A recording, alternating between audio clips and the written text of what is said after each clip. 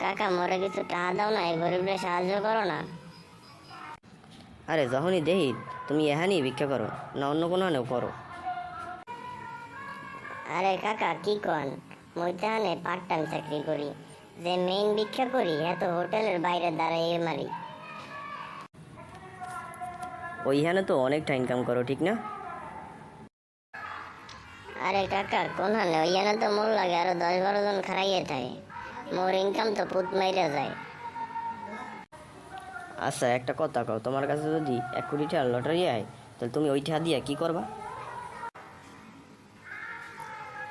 কাকা মুই ওইটা দিয়ে হোটেল বানামু। হোটেল বানাইয়া কি করবা? মুই ওই হোটেলের আগে কেউরে ভিক্ষা করতে দিব না, মুই একলা একলা খারাইয়া খারাইয়া অনেক বইয়ে ভিক্ষা করমু।